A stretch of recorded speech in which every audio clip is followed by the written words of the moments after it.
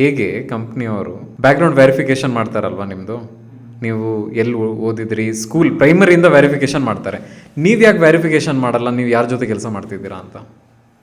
ನೀವು ಯಾಕೆ ವೆರಿಫಿಕೇಷನ್ ಮಾಡಲ್ಲ? ನಿಮ್ಮ ಟೀಮ್ ಲೀಡರ್ ಯಾರು, ಅವ್ನ ಕ್ಯಾರೆಕ್ಟರ್ ಏನು, ಅವ್ನ ಜೊತೆ ಕೆಲಸ ಮಾಡ್ತಿರೋರಿಗೆಲ್ಲ ನೀವು ಯಾಕೆ ಕಾಲ್ ಮಾಡಲ್ಲ? ಯಾಕೆ ಆ ಕಲ್ಚರ್ ಇಲ್ಲ ನಮ್ಮ ಹತ್ರ? ನಾನು ಕಾಲ್ ಮಾಡಿ ಕೇಳ್ತೀನಿ, ನಿಮ್ಮ ಟೀಮ್ ಲೀಡರ್ ಇವ್ನು ಈ ಥರದ, ಇವ್ನು ಹೆಂಗೆ ಪರ್ಸನ್ ಅಂತ, ನಿಮ್ಮ ಮ್ಯಾನೇಜರ್ ಇದ್ದಾನಲ್ಲ ಅವ್ನು ಹೆಂಗೆ ಪರ್ಸನ್ ಅಂತ. I will also give a feedback ಅಲ್ಲ. ನನಗೆ ನೀವು ಹೈರ್ ಮಾಡ್ತಿದ್ದೀರಾ, ನನ್ನ ಜಾತಕ ಎಲ್ಲ ತೆಗಿತಿದ್ದೆ ಸಣ್ಣ ವಯಸ್ಸಿಂದ.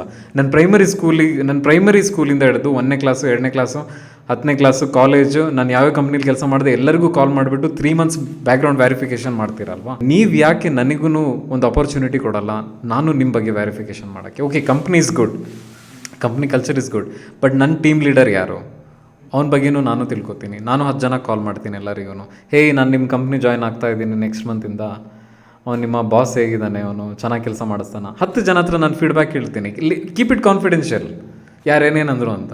ಗಿವ್ ಮಿ ದ್ಯಾಟ್ ಅಪರ್ಚುನಿಟಿ ಅಲ್ವಾ. ನಾನು ಕೇಳ್ತೀನಿ ನಿಮ್ಮ ಹತ್ರ ಬಂದು ಕೆಲಸ ಮಾಡೋಕ್ಕೆ, ನನಗೂ ಒಂದು ಆಪ್ಷನ್ ಕೊಡಿ, ನನಗೂ ತಿಳ್ಕೊಬೇಕು ಯಾರ್ಯಾರು ಹೆಂಗೆ ಅಂತ.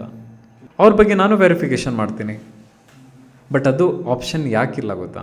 ನಮ್ಮ ಹತ್ರ ಅಷ್ಟು ಅನ್ಎಂಪ್ಲಾಯ್ಮೆಂಟ್ ಬಿತ್ತು ಸತ್ತಿದಲ್ಲ, ಹಾಗಾಗಿ ನಮಗೆ ಯಾವನ ಜೊತೆ ಆದರೂ ಆಗಲಿ ಕೆಲಸ ಸಿಕ್ಕಿರೋ ಸಾಕು ಥರ ಆಗಿದೆ.